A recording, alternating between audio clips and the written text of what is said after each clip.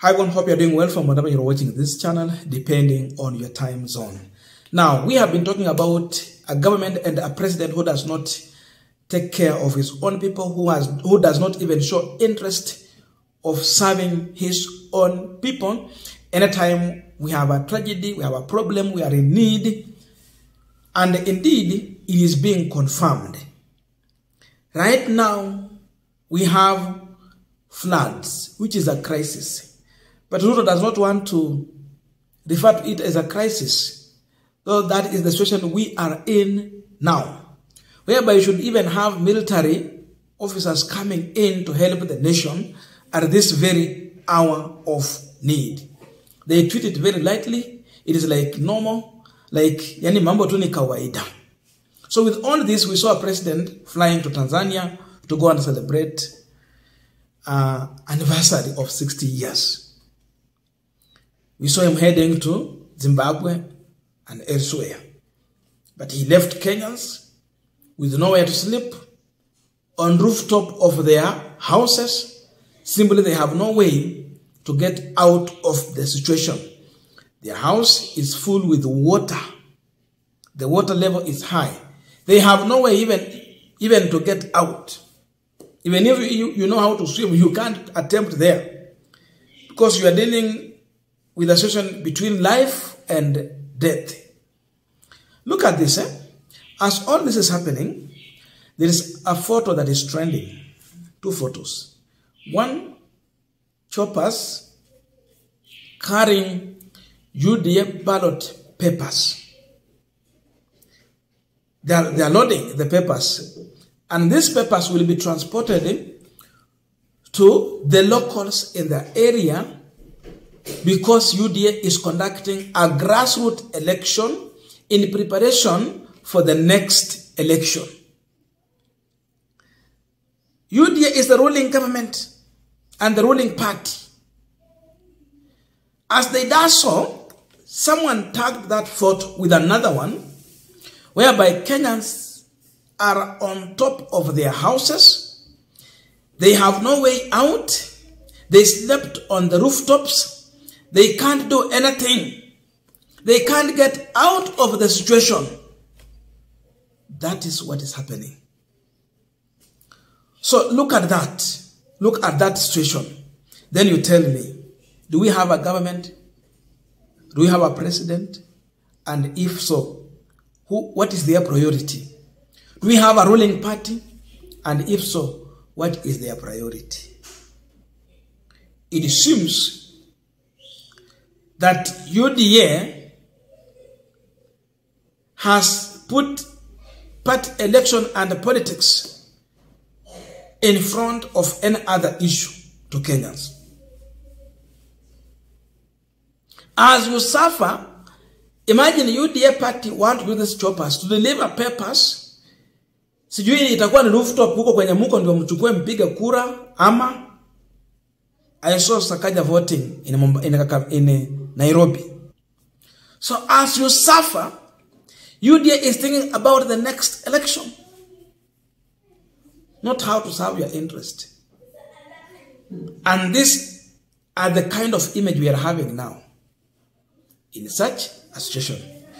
We are continuing this final discussion, but just a quick request for those who are watching and you have not yet subscribed, please consider subscribing. To our returning subscribers, I must say thank you so much. And again, to all our viewers, please give this video a thumbs up. Thank you so much, and back to this discussion. So, ladies and gentlemen, look at that situation. Then you tell me, do we still have a ruling party that is in charge of this country?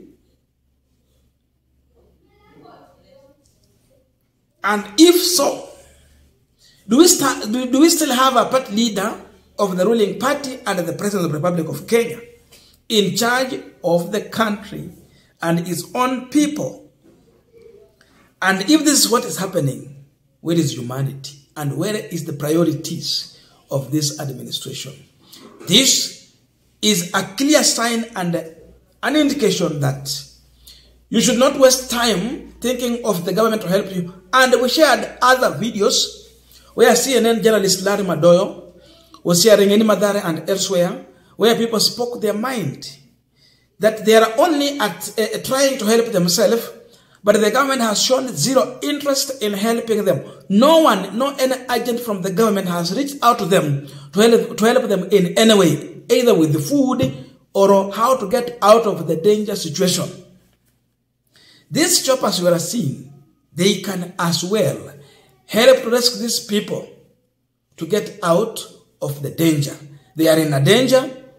You just need some choppers to go, zishuke pale, watu wapande, waingie ndani, watolewe kwa ile majumba yenye wako juu, to a safer place. But it is carrying ballot papers. And they want to bring it to you. Now you are in those floods. Sijui wanatumia nini? Bottom up ilikuwa kufikiria kutumia nini? Miguu, bottom up. Kichwa chini, miguu juu. How? Is that the interpretation of this, or what does it mean? They have money to fuel choppers and hire some to distribute ballot papers for UDA grassroots elections.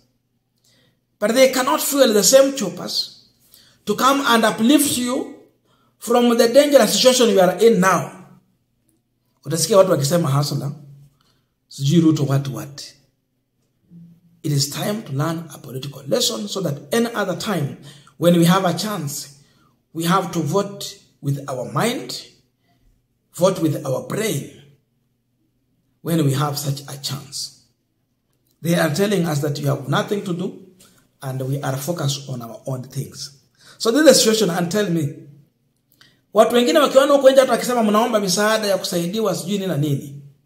Lakini wanaona serikali iko na ndege ambazo zingesaidia kufanya rescue mission. Lakini hizo ndege ni kinaya kubwa, zinabeba makaratasi ya kupiga kura kufanya uchaguzi wa kawaida huko chini wa viongozi wa UDA. Hey, look here. Between election of the party and